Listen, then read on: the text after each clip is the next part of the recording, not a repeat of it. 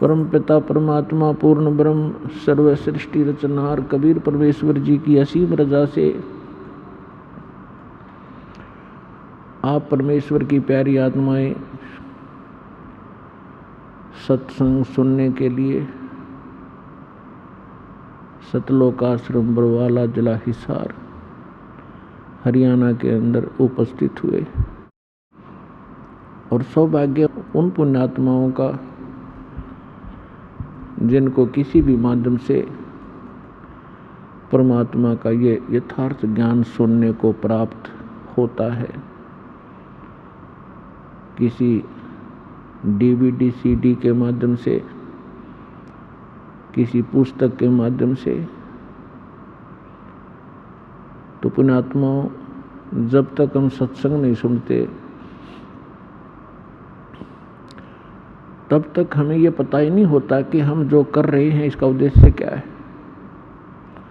मनुष्य जीवन जो हमें प्राप्त हुआ इसका टारगेट क्या है।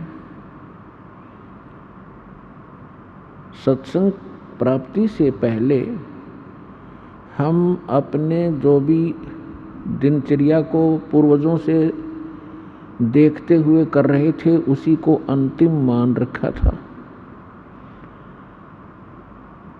और जहाँ भी हम जाते थे, किसी भी मित्र के पास, रिलेटिव नाती के पास या घर गांव अड़ोस पड़ोस में, तो सभी से हमें माया इकट्ठी करने की ट्रेनिंग मिलती थी, उसी की शिक्षा प्राप्त होती थी, जिस कारण से हमने माया ही इकट्ठी करना एक टारगेट बना लिया था, जीवन का उद्देश्य मान लिया था।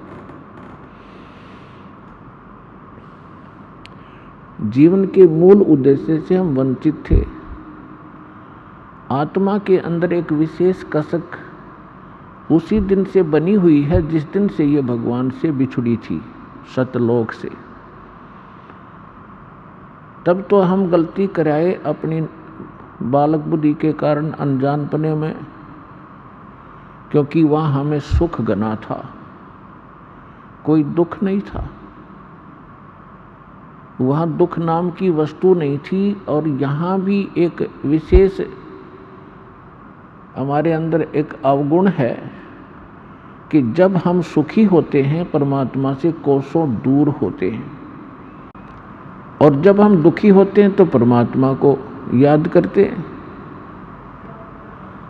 तो इस आत्मा को उसी दिन से, जिस दिन से भगवान के उस सर्वसंपन्न लोक को छोड़कर यहाँ काल के इस कंगाल लोक में आई है, उसी दिन से इसको अब आभास हो गया है, एहसास हो रहा है कि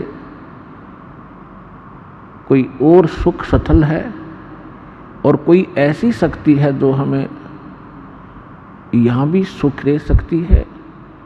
और एक मोक्ष शब्द भी हमने सुन रखा है सदग्रंथों से और इन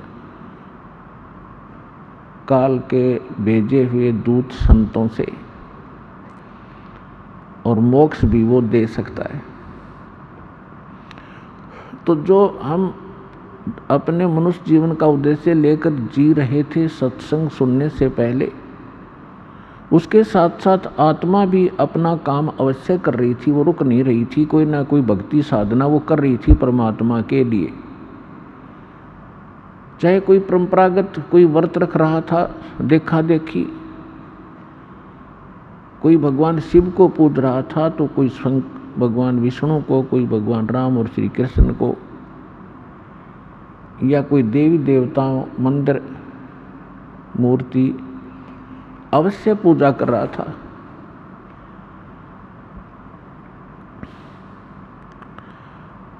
जब हमें सतगुरु मिले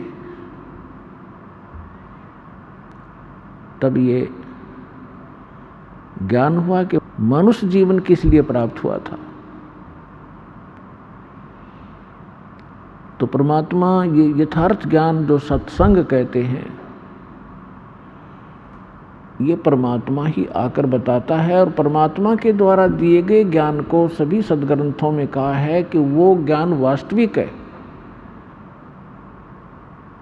और उसको सूक्ष्म वेदवत कहते हैं। श्रीमद् भगवत गीता अध्याय नंबर 4 के श्लोक नंबर 25 से लेकर 32 तक गीता ज्ञान दाता कहता है कि कोई साधक तो देवताओं की पूजा करता है, कोई स्वाध्याय ही करता रहता है, कोई योग अभ्यास हठ योग आदि करके अपनी संतुष्टि कर लेता है और ये समझ रहा होता है कि मैं जो साधना कर रहा हूँ ये पाप नाशक है। पाप नाशक मीन मोक्षदायक, पाप कटेंगे तो मोक्ष होगा। फिर तुरंत बताया है चौथे अध्याय के 32वें श्लोक में कि वास्तविक यथार्थ ज्ञान विस्तार के साथ सच्चिदानंद घन ब्रह्म की वाणी में कहा गया है। इन यज्ञों की वास्तविक जानकारी, यज्ञ माने धार्मिक अनुष्ठानों की वास्तविक जानकारी यथार्थ विस्तार के साथ ब्रह्मणे मुखे यानी सच्चिदानंद घन ब्रह्म ने, पूर्ण परमात्मा ने, सत्य पुरुष ने, परम अक्षर ब्रह्म ने अपने मुख कमल से बोलकर जो ज्ञान दिया है वो वास्तविक ज्ञान है। उसको तत्व ज्ञान, उसको सूक्ष्म वेद कहते हैं। और उस ज्ञान के समझने के बाद फिर सभी कर्मों से मुक्त हो जाएगा।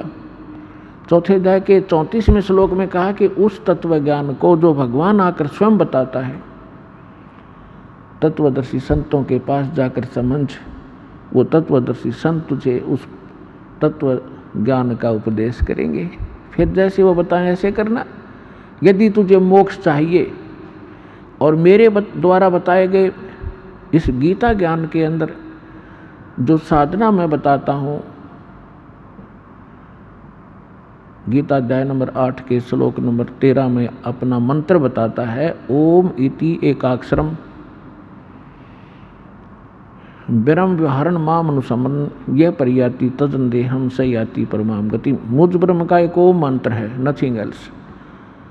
और अंतिम श्वास तक जो इसका सिमरण करता हुआ शरीर छोड़कर जाता है वो इस ओम से मिलने वाली परम गति को प्राप्त होता है। ओम से मिलने वाली परम गति क्या है? ब्रह्मलोक। गीता अध्याय नंबर 8 के श्लोक नंबर 16 में कहा है कि ब्रह्मलोक पर्यंत, ब्रह्मलोक तक जितने भी साधक वहाँ गए हैं सभी पुनरावृत्ति में हैं, उनका जन्म मृत्यु सदा बना रहता है। गीता अध्याय नंबर 4 के श्लोक नंबर 5 और 9 में ये खुद कहता है कि अर्जुन तेरे और मेरे बहुत जन्म हो चुके हैं, तू नहीं जानता मैं जानता हूँ।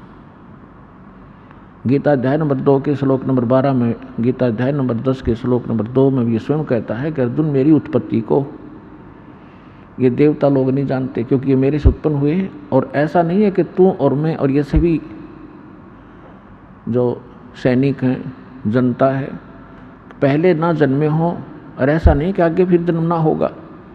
इति सिद्धम गीता ज्ञानदाता भी नाशवान है, इसकी जन्म मृत्यु होती है। इसलिए ये कहता जो ज्ञान मैं दे रहा हूँ इसके आधार से तो जन्म मृत्यु सदा बनी रहेगी।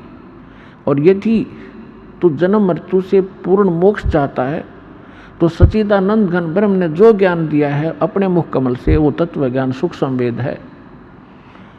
उस सूक्ष्म वेद को उन तत्वदर्शी संतों से जाकर समझ। और उसके पश्चात कहाँ जाएगा? गीता अध्याय नंबर 15 के श्लोक नंबर 4 में, गीता अध्याय नंबर 15 के श्लोक नंबर 1 से 4 में स्पष्ट किया है, तत्वदर्शी संत की पहचान भी बताई है कि उल्टे लटके हुए संसार रूपी इस वृक्ष के सभी विभाग जो बताएगा, तना कौन है, डार कौन है, शाखा कौन है, पत्ते क्या है, सवेदवित वो तत्वदर्शी संत है। उसके पश्चात परमेश्वर के उस परम पद की खोज करनी चाहिए जहाँ जाने के बाद साधक फिर लौट कर कभी संसार में नहीं आते, उनका पूर्ण मोक्ष होता है। गीता अध्याय नंबर 18 के श्लोक नंबर 62 में कहा कि अर्जुन तू सर्वभाव से उस परमेश्वर की शरण में जा, सच्चिदानंद घन ब्रह्म की शरण में जा, उसकी कृपा से ही तू परम शांति को और सनातन परम धाम को प्राप्त होगा, जहाँ जाने के बाद फिर लौटकर कभी संसार में जन्म मृत्यु में नहीं आएगी।